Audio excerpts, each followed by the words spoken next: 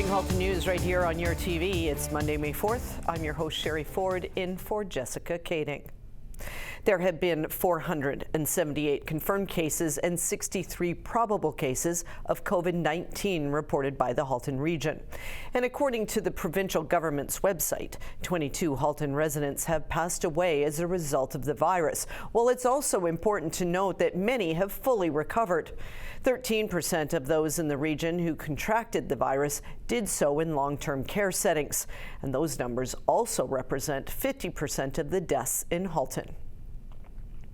The province is reporting one of the lowest daily case numbers in quite some time, and nearly 70% of all cases in Ontario have now resolved. Premier Doug Ford says the province is moving in the right direction, and to keep it going that way, he says we have to detect COVID-19 sooner to help stop the spread, which means more and continued testing. We're moving in the right direction, and we need to keep going. And we can't stop now. We must stay strong. Our hospitals have capacity, our team is stockpiling PPE, and our testing strategy has allowed us to stay ahead of this virus. Because the sooner we can detect COVID-19, the sooner we can stop the spread and protect others from the infection. A few weeks ago, on April the 10th, I stood at this podium and promised you that we were going to ramp up our testing. We set a target of 16,000 tests per day by May the 6th. And thanks to our incredible team, thanks to the hard-working folks in our health system, we beat that target. And just over 20 days later, by May the 1st, we hit 17,000 tests a day. The good news is, we're leading the country in daily testing volumes, both in total tests and per capita.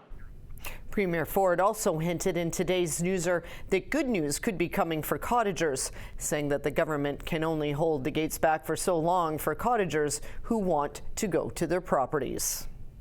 Hope is now on the horizon across the country as 5 provinces have started to wade into opening up their economy. Ontario was one of them today, allowing a small list of mostly seasonal businesses to reopen as the spread of COVID-19 slows. The businesses include garden centers that offer curbside pickup, lawn care and landscaping companies, and automatic and self-serve car washes.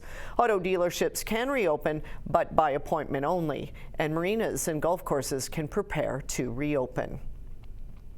More than 4,000 employees at the Oakville Ford assembly plant remain in limbo as the auto giant continues to plan its reopening. Last week, a Ford spokesperson said there was still no official date for when employees could return to work. The company says it is continuing to make decisions with the health and safety of its workforce, dealers, customers, partners, and communities as its highest priority through the coronavirus crisis. There seems to be a silver lining coming from the COVID-19 pandemic, and that's more people are turning to their local farms to get their groceries. Melissa Candelaria takes a closer look as to why that is. Agra Meats in Georgetown has seen not only a jump in sales, but new customers coming through their doors. Part owner Jasmine Zdunich says her family farm has been extremely busy these past several weeks. When the pandemic was announced in about second week of March, we did experience a higher volume of sales. There was a lot of stockpiling, which we did not anticipate. So, the average customer usually spends about between $40 and $50. And during the pandemic, we've seen that number go up to about an average of $90, with also an increase of about 30% in sales. So after the stockpiling calmed down, the last couple weeks has been very steady. The deciding factor for many consumers, especially in these pandemic times, is trust. As Dunich says, many new and of course loyal customers keep coming back because everything, and I mean everything, is done right here. We have animals on the farm. We also grow our own crops, which is something that a lot of farmers don't do. We have the capacity, because we have a lot of land, to grow our own corn. So The animals are fed corn, crop from the corn, which is about, when you think of 6 feet high, it's a lot of greenery, grass and hay as well. So we're lucky that we have the capability to do all of that on our own. And then we have the abattoir in the back, and the processing, meaning the cutting, the packaging, everything is done on site. We are able to control when we have high demand, we're able to process enough to meet that demand. Customers like Matt Banting is certainly relieved to have a place like Agra Meats to go to. He says it's reassuring to go somewhere you trust. Coming here even before social distancing, the measures that they take for safety, they've been doing it longer than just social distancing. So they've been prepared for it longer than it just happening now, and all of a sudden you see masks and gloves. Every time I've come to Agrams, that's what they've been doing. So it's a sense of trust. You know, do I go around and taste test food? No, but there is a sense of trust when I come here, and when I know lots of family and lots of friends come here specifically, especially from where I work. They all come here. This is the meat place. So you trust your friends, you trust their opinion, you always come here and you see the quality. Not only is it important to trust where you buy, Banting also says we should be looking to buy local now more than ever. Especially now with social distancing, I know there's a lot of people out there hurting, and I know there's a lot of people that are looking for avenues to keep their business going. Well, here's community. This is a perfect example of community. People coming here to their local butchers and buying meat, keeping them in business, keeping them going. It's a sense of community. Reporting for Halton News, I'm Melissa Candelaria. A Halton Hills organization has rolled out some new programs to help vulnerable local residents stay home during COVID-19 pandemic. Links to Care has launched a shop and drop support program for those who are isolated, unable to get out, and have no other supports available. The organization will match them with someone who can help with grocery shopping and pharmacy delivery. In addition, Links to Care is also offering a new phone assurance program for people of any age who are feeling anxious or isolated due to the coronavirus. Links to Care staff is self-screening and pre-screening clients and household members prior to home visits and using personal protective equipment as required. A pedestrian has been struck and taken to hospital after he was struck by a vehicle while walking near Oxford Road and Woodward Avenue in Burlington Monday at 2:30 in the afternoon. The man in his 60s has been transported to hospital with what's believed to be life-threatening injuries. Anyone who has witnessed the accident or has information is asked to call police at 905-825-4747 or Crime Stoppers. The federal government announced last week a ban on 1,500 types of military-grade assault-style weapons. Our local MP is not a fan of this ban. We reached out to Wellington Halton Hills MP Michael Chong this afternoon, who says it just doesn't make any sense. So for many decades in Canada, semi-automatics have been legal. And a semi-automatic gun is one where with each pull of the trigger, you can fire a bullet without having to reload the gun. And those semi-automatics for decades have had a ban on having more than 5 bullets in the cartridge or in the magazine. So for decades in Canada, gun owners have had guns that can fire up to 5 bullets sequentially without reloading, with 5 pulls of the trigger. The government hasn't banned all of those kinds of rifles, those kinds of long arms. They've just banned some of them based on what they look like, because they look like military assault rifles. And the ones that look like military assault rifles, they have banned. But the other ones that have the exact same capacity of 5 bullets and 5 bullets being shot in sequence with 5 pulls of the trigger, those are not banned because they don't look like military assault rifles. So to me, that's why this whole announcement doesn't make any sense. This week marks Mental Health Week, and in times of crisis, we need each other more than ever. Prime Minister Trudeau spoke specifically to this today, of the importance of mental health during the COVID crisis. This year, the Canadian Mental Health Association is encouraging Canadians not to just get loud about mental health, but to get real about it. Our lives have been transformed because of COVID-19, and you might feel like this crisis is taking its toll. Your daily routine might be different. Your way of coping might be more difficult to manage, and it can be a source of anxiety and stress. But I want you to know that it's okay to feel like this. Our mental health is just as important as our physical health, so we need to speak openly about it, and we need to be there for each other, especially during this pandemic. By connecting socially with others online, we can let people know that they're not alone. So check in on friends or neighbors who you think might be struggling. FaceTime them or give them a call. And if you're having a tough time, please reach out to people you can trust. As Canadians, we all have a role to play in fighting the stigma around mental health. So use the hashtags #GetReal, Mental Health Week, and Together Apart on social media to amplify why you're speaking up. Today and every day, let's get loud and get real about our mental health. Thank you. Thank you for joining us here on Halton News. We need to take a short break, but we'll be right back with a look at a Facebook fundraiser for Halton Food for Thought.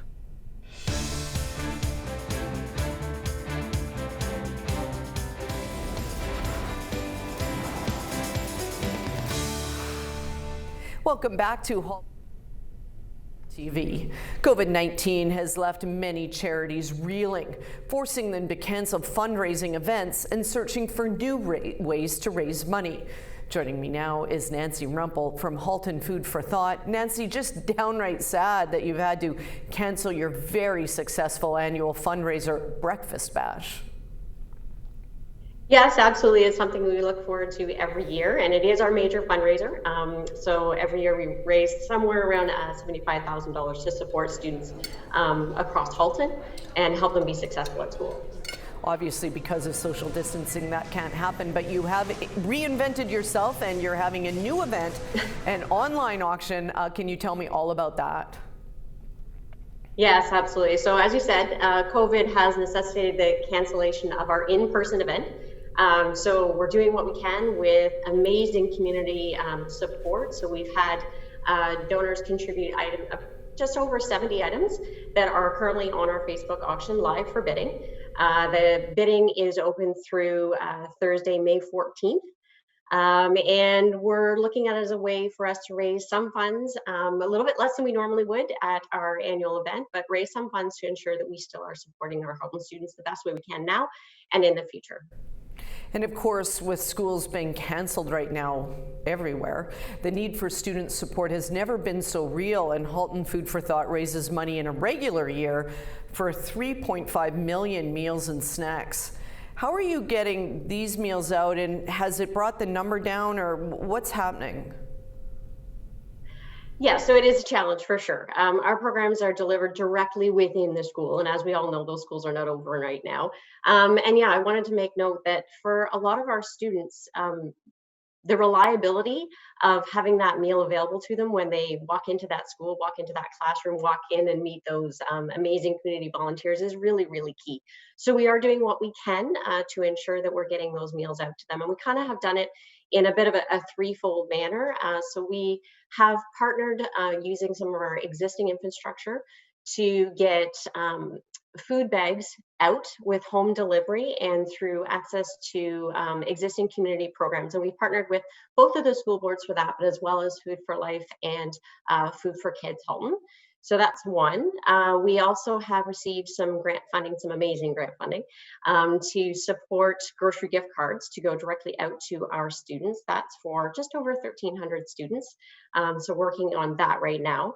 And then we're also using other fundraising initiatives, other grants, other amazing donations coming in from the community for different ways to augment either of those two. So whether it's proteins to go into those food bags, you name it. But we're coming up with different ways to try and get food out to the kids now, starting with those most vulnerable. And then also planning for the future, because we anticipate the need is going to be even greater when we are able to return to school in whatever manner that is. Wow, just another reminder that we really are in this all together. And again, bidding for the Facebook auction is open now and will run through Thursday, May 14th. You can also donate money. For more information, please go to www.haltonfoodforthought.com. Thanks for your time today, Nancy, and stay well. Thank you so much.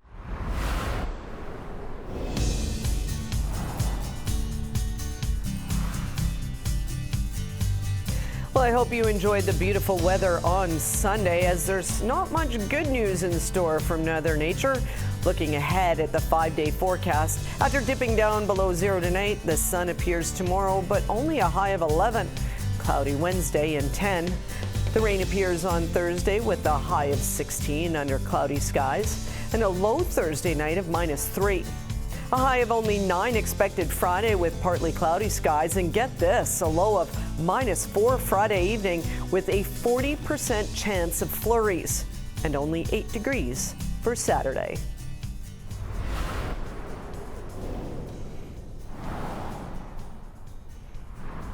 To business now, and the COVID-19 crisis has seen all levels of government come together to take significant and decisive action. The Milton Chamber of Commerce, MP Adam Van Couverden, MPP Parm Gill, Mayor Gord Krantz, and the town's Economic Development Department have teamed up to provide a series of free virtual forums that have already started, including business assistance programs, matching PPE supply and demand, and summer employment options for business and students.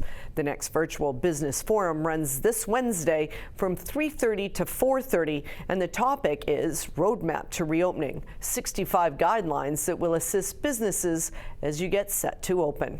For more information, go to miltonchamber.ca. Now let's take a look at today's closing markets.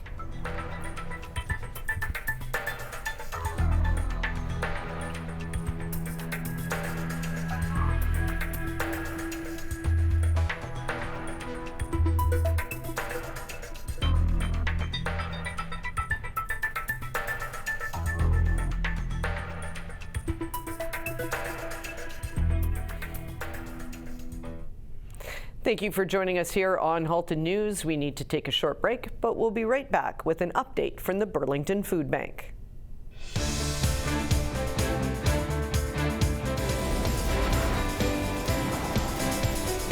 Welcome back to Halton News right here on your TV. I'm Sherry Ford in for Jessica Kading.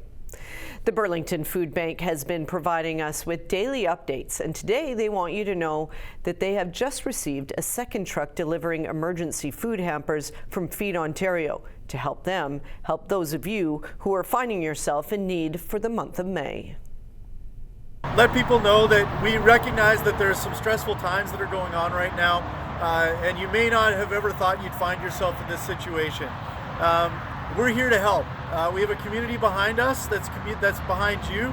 So please, if you're in need of anything as far as food goes, give us a call or email us info@burlingtonfoodbank.ca or 905-637-2273. We recognize that you maybe didn't expect yourself to be at this point, and sometimes what happens is we have mental stress from being alone, and then on top of that, the financial stress. Allow us as part of your community to support you. Soon after the extent of COVID-19 distancing became clear, the Sound of Music Festival announced it would not be holding its 41st annual outdoor festival on Father's Day weekend. But that doesn't mean the Sound of Music has been silenced. Executive Director Miles Rusak is featured on the next episode of The Issue. He explains how the festival plans to move online and into your home. So, Miles, how does the Sound of Music adapt so quickly, or can you adapt to the challenges that we're all faced with this COVID-19? Yeah, when we've been watching really closely everything that health authorities and the government officials and of course the city of Burlington, we've been working so closely with all of those people. Being that we are Canada's largest free music festival, we've kind of had access to some of this information as things go. And as we were learning early on that things were definitely going to look different this year, it was very important for myself and for our operations team, for our board of directors, to really meet that commitment to the community. We know that we have an obligation to artists. We have an obligation to the Burlington community, the Halton community, the Ontario, the Canada community. So, we didn't want to just say, I'm sorry, everybody, we can't do it. We're gone, we're out. So a huge, amazing, dedicated team of volunteers, along with myself and our ops director, we've put together a really exciting thing called Som at Home. And you're going to see a lot more about this over the coming weeks. There's a kind of a whole shift in branding. We've got a whole new logo. This is going to be, I'm trying to avoid using the phrase digital festival because I don't like that. I think this is a whole different experience. And, we're going to have everything from online education and tutorials from huge artists. A certain, I shouldn't say names yet. I'm not allowed, but I'm so excited. But we have some huge artists that are going to come on. They're going go to be ahead, Miles. Go ahead. You have no idea.